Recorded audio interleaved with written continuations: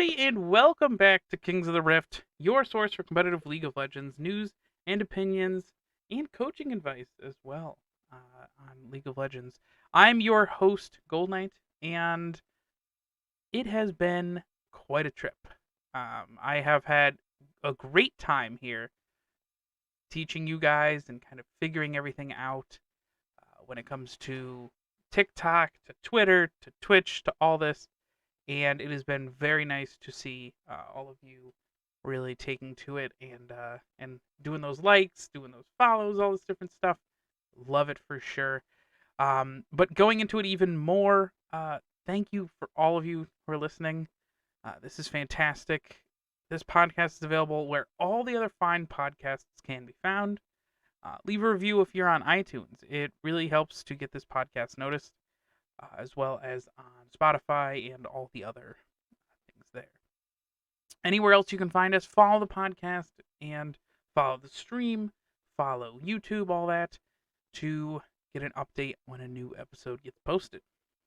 If you have any ability to help out the stream, whether that be through through following, through any of that different stuff, or even a subscriber on Anchor, definitely get on there and help us out there. Any bit of help is fantastic, and your support will help keep making the podcast better and better. But before we get into really anything else, let's talk about what we're going to talk about today. Today we're going to talk about coaching you, the viewer, behind the screen right now, behind the earbuds, coaching you how to crush the early game and what you need to do to really get into the furthest part of solo queue that you want to be in, or competitively if you want to be on a competitive team, figuring things out and just crushing your opponents. That's great. So let's get right into it. So basically, early game goes to those who are most proactive. You can see it from watching a lot of the different pro leagues and everything like that. You're going to see a point where the ones who are proactive in the early game are the ones who actually get stuff done.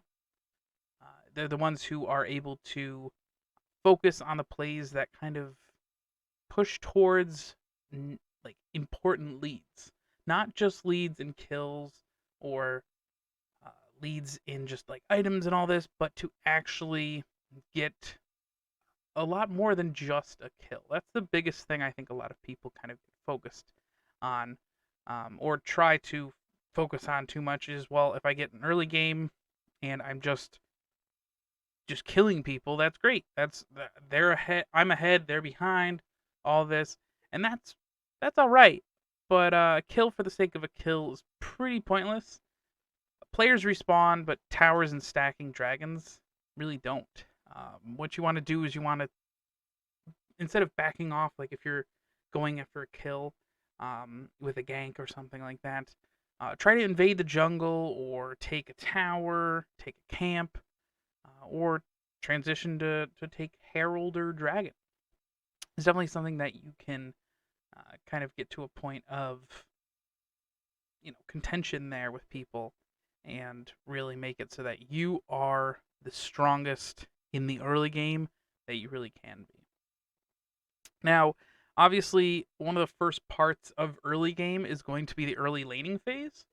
And the early laning phase, you basically just need to out-CS your opponent. You need to out-CS your opponent and try to kill them, and just don't die to enemy ganks. That's the biggest thing that really can be helpful. The helpful tip. Warding obviously helps with that. But every single lane should affect the other lanes. That's kind of how it goes. There's a push and pull, like it's almost like an ebb and flow. It's like waves. I mean, literally in League of Legends, the minion waves are actual minion, like they're waves, they're called. But things do ebb and flow when you are playing the game. If your top laner is pushed in really hard and you know that he's most likely going to be ganked, well then you can push in a little bit harder on the bot lane and kind of cause and take the effort that he's putting on the top lane and the attention that he's getting kind of pulled to him to now take it and move it to you.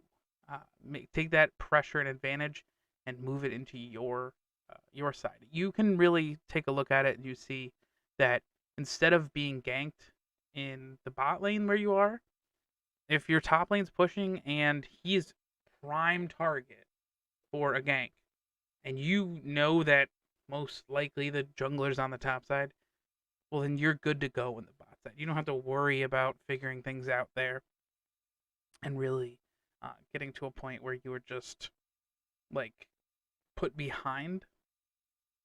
You should really be communicating with your team, even with a uh, a team that you're playing with in solo queue or something. Competitive, obviously, it's a little bit more than that, but in solo queue, you really should be pinging when your enemies are when you're the person who you're laning against is missing, when they are going to top lane or they're going to bot lane. If you see kind of like where they're moving, if you're let's say you're mid lane, but even if they're just backing, you just don't really know where they are. It's good to ping that they're missing because on the off chance that they are there, they are in your, let's say they're going bot. That way you are not considered the one who's like in the problem there, but you're able to also cause your other laners to maybe play a different way because they realize, oh, the Aurelia is missing mid, and we just don't know where she is. If she comes bot, she can, we're pushed up pretty far. Let's back off a little bit. We'll see what she's doing, see where the, where the priority is. And if we can get her, great.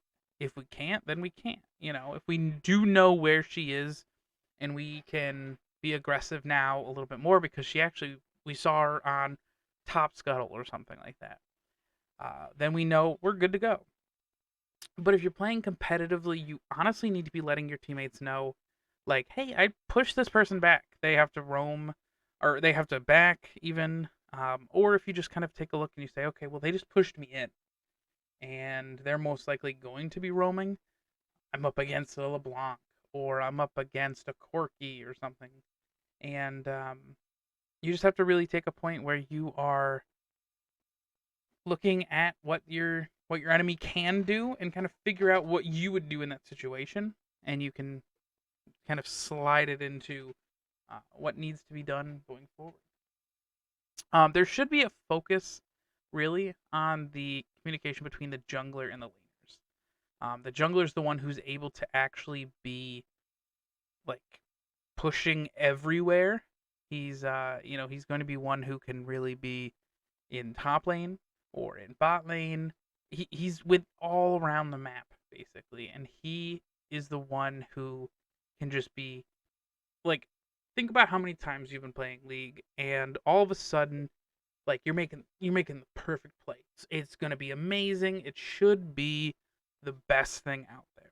And all of a sudden, out of nowhere, a jungler jumps in or comes out of a bush or something like that, and now you're screwed. Now you're looking at it. You're well. What I just had a 2v2 or I just had a 1v1. Now we're outnumbered.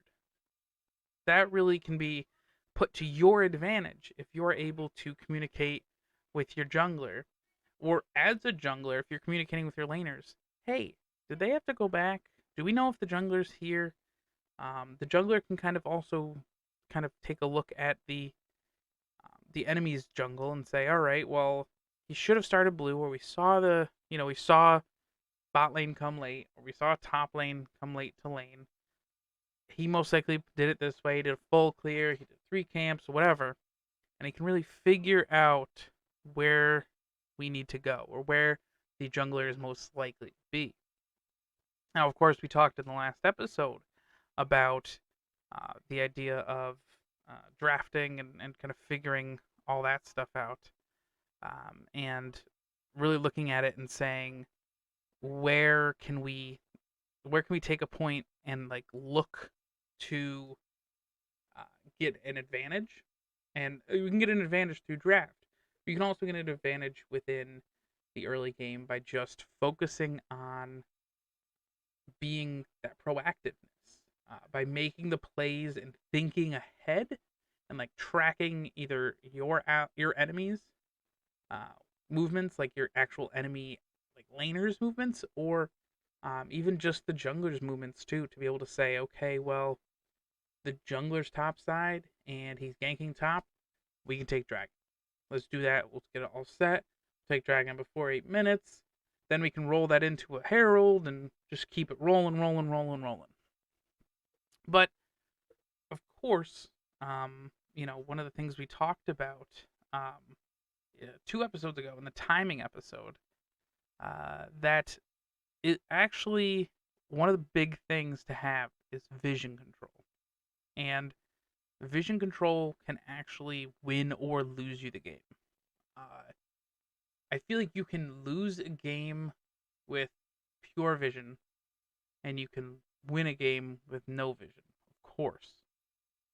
But you have more information to grab from if you have the vision control in the map.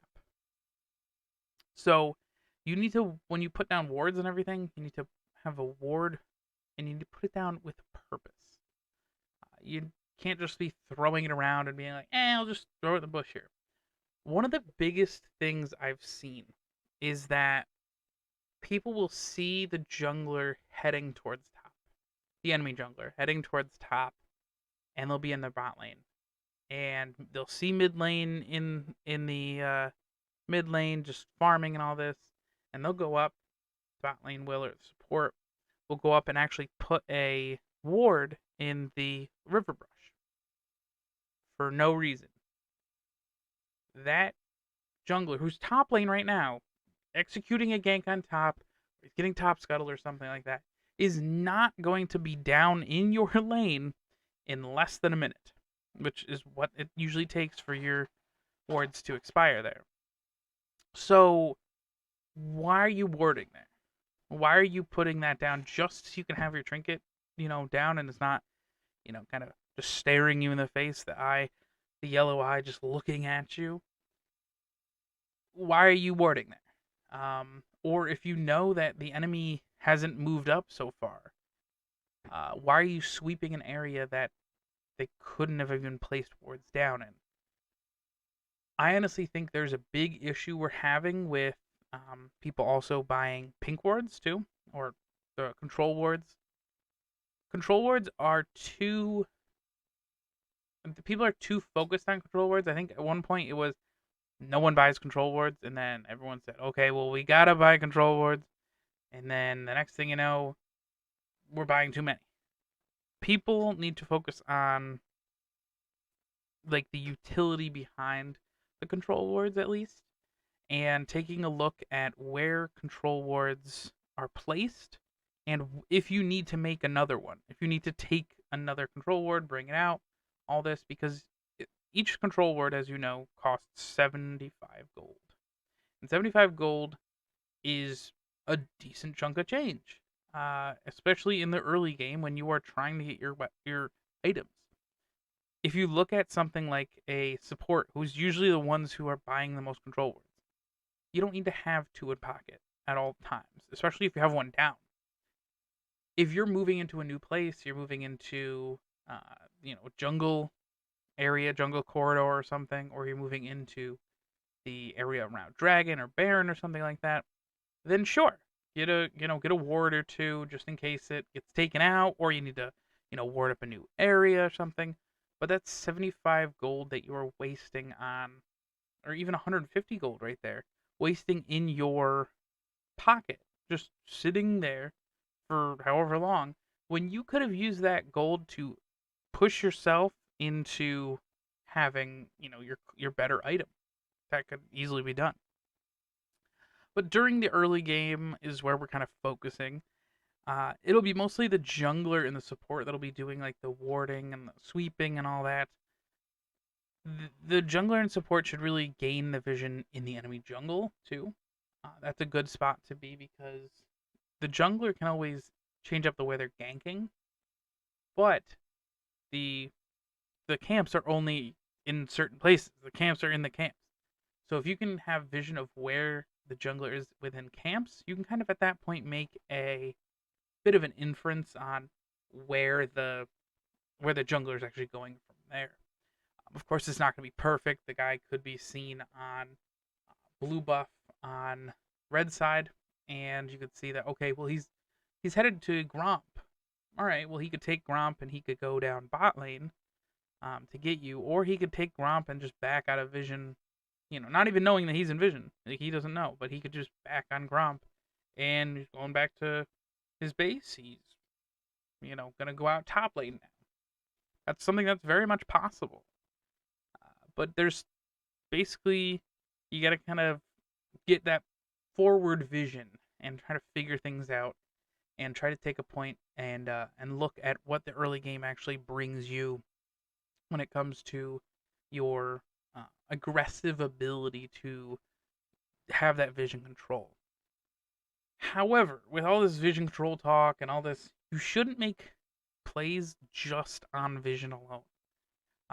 You shouldn't be like, well, we don't see the jungler on vision, let's do this. There's also the idea that, like, as much as you have vision in an area, you also don't have vision in the other. Seeing the enemy in vision is just as valuable as not seeing the enemy in vision.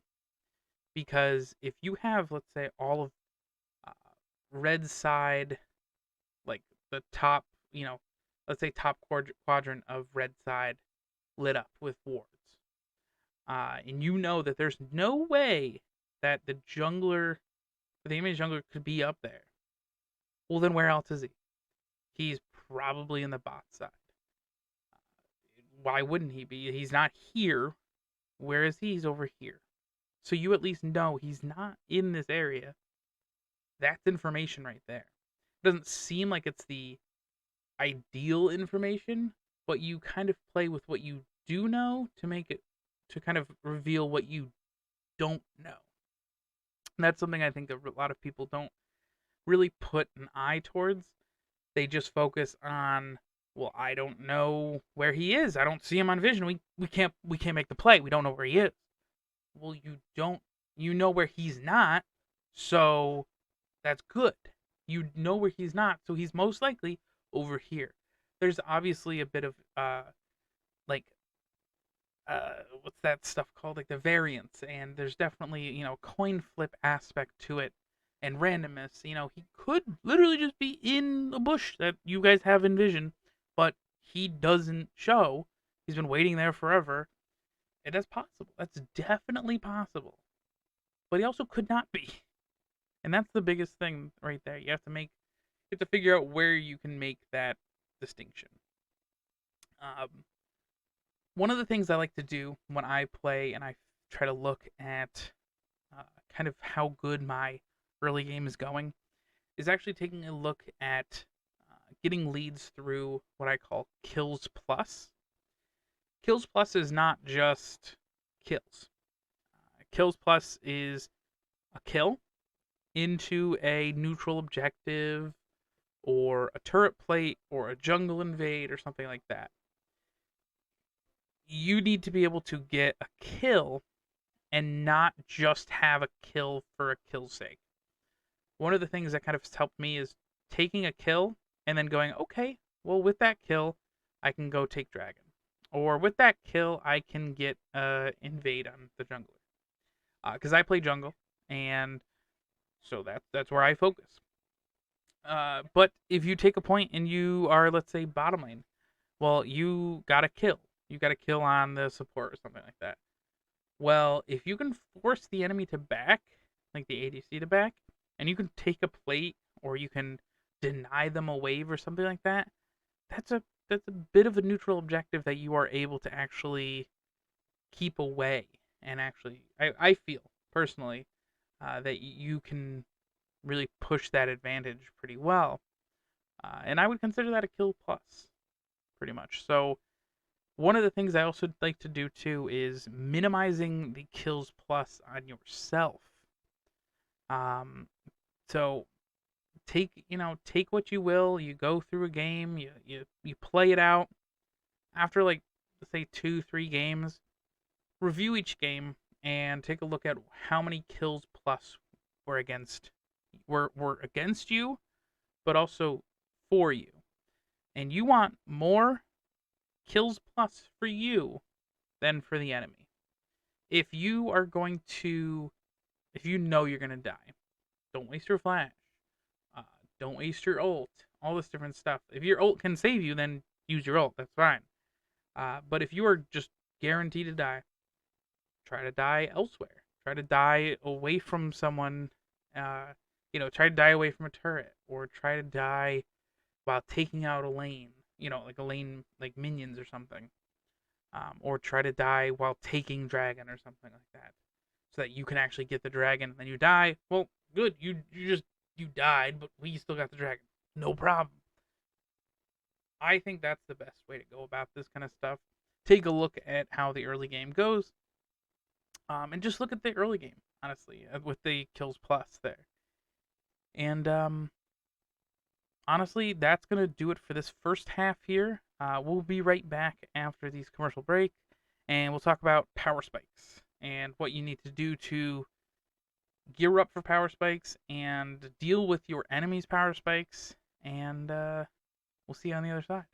All right, welcome back, everybody, and we're going to talk about power spikes. Power spikes are when a champion hits their power spike in just the mid game. It's usually the mid game. That's when they hit their power spikes.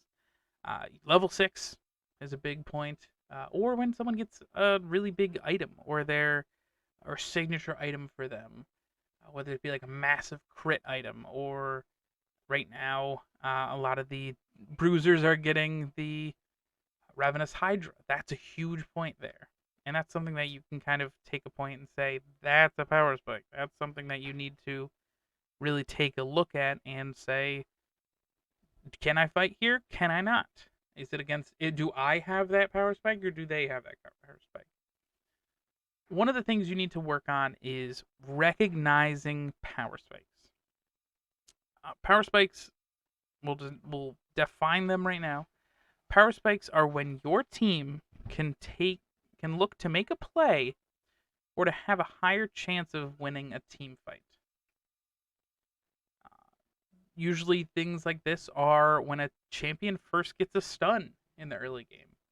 One of the best things I've seen, obviously, is something like a Lucian with a Leona or something. Leona, let's say, starts her E early game or starts her W. Usually, you actually can start with the Q. But the second you get the level 2, you are able to now have access to 2 abilities that are ridiculously strong early game. Usually, a lot of times before people have a getaway or an escape or the damage necessary to actually get you and kill you in the lane. So something like a Lucian Leona is able to hit level 2 on you and just Leona ease on top of you, gets you rooted, stuns you. All the while, the Lucian is jumping up, dashing in, hitting his double shot, getting a piercing light, hitting another double shot, and at that point you're dead. You're gonna die. That's an early power spike. But it goes away quick. Power spikes can come and go. It's very much like the stock market. They go up and then they shoot right down. It's easily just if you take a look and you know the champions that you're playing up against, you can kind of see where their power spikes are going to be. You can see what it is that you need to do to play around that. Trying to take a look here. When a player has flash or ignite or something like that, that should be communicated to your other allies.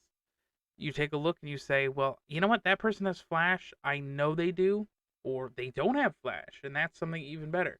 but I have flash instead. I can flash on them. That's a little bit of a power play. You think of like hockey. Hockey, there comes a power play when someone's put in the penalty box, and you are now, instead of, I think it's 8 men on the ice. Instead of 8 men, you are now down to 7. And well, no, like someone's open.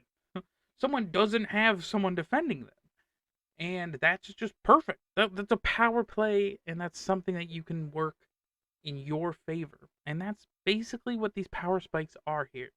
They're giving you that little bit of extra power in that moment that your enemy does not have. Power spikes really need to be communicated, especially for a jungler to notice which lanes can be affected next. You take a look as a jungler and you say, well, they're level 5 and my team's level 6. I can go on this. If it's the opposite way, well, then you're probably going to get your team killed. That happens. But you don't want to gank that. That's the idea there. Communication will let the rest of the team know that there's an effective who has effective combat effectiveness, let's say, and it's whoever's more comfortable to fight in a team.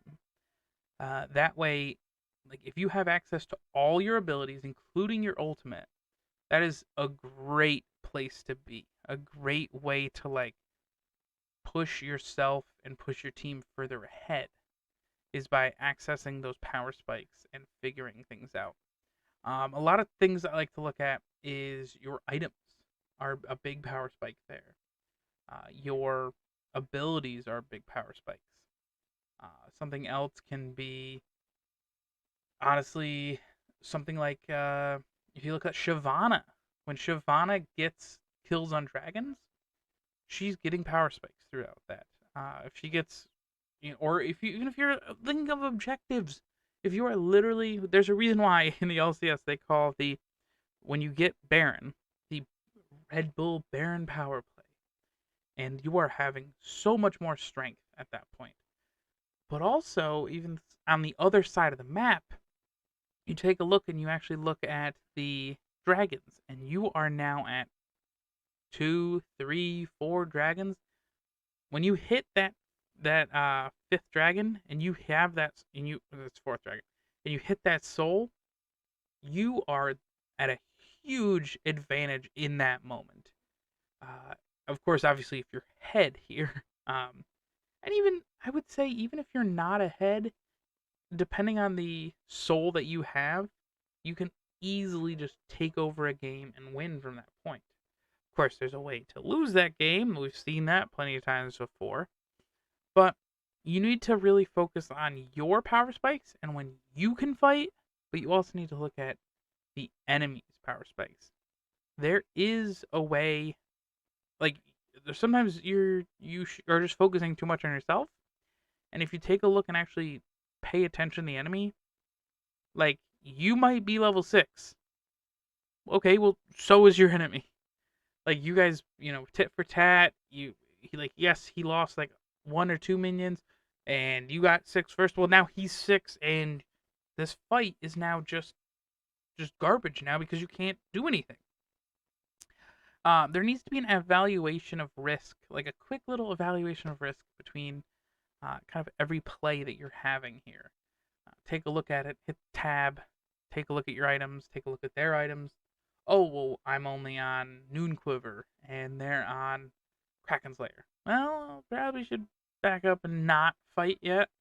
Farm up a little bit. I only have 120 gold to go. How about I go get this minion wave, then we can fight. I'll have my, curve, my, what is it, Immortal Shield bow. I'll have that coming up here soon. And we'll be able to out-sustain them, and this and that. And that's your power spike, and that's where you figure this out. You kind of go back and forth. That's something that I think a lot of people don't really look at and don't really think about going into a solo queue game for sure. But anything you put into these solo queue games, and if you do want to go pro, you do want to go amateur, you're going to need to take these little things here these little nuggets of truth and of knowledge and put them into your everyday play.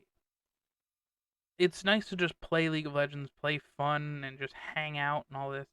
But if you're going to be moving forward, being more aggressive, being more uh, cohesive as a team, whether or not, if you're playing with ranked flex team or something, or even just trying to be a better teammate in general for solo queue, then you need to be able to kind of put these things all together in one cohesive unit.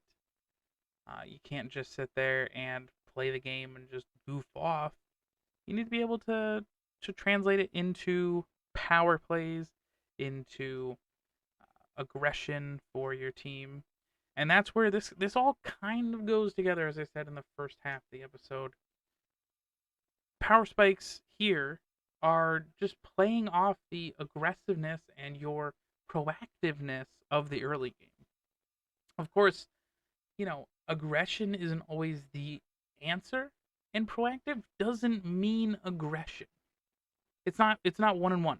It's you can be proactive and proactively defensive, knowing that they're gonna go for this place. You stay there. You don't go through the jungle. You go a different way. But that's proactive. They wasted so much resources waiting in the lane brush to get you, and you just went through try or something like that. You just figured it out. You kind of were proactive. You said they might be there. Here, let's do this. We're good to go. You're good to go. All this. It's perfect. But honestly, that's how it works. You got to take a look at these things and you got to just apply these to when you're playing a game, figuring it out, and going forward. So that's going to do it for the episode for tonight, guys. If you liked the episode, make sure to leave a like on Twitter. Make sure to leave a like if you're anywhere that you can like the podcast here. If you're on Twitter or you're on Twitch or YouTube or anything like that, do what you can to help this podcast out. I do appreciate it for sure. And thank you, all of you, for listening.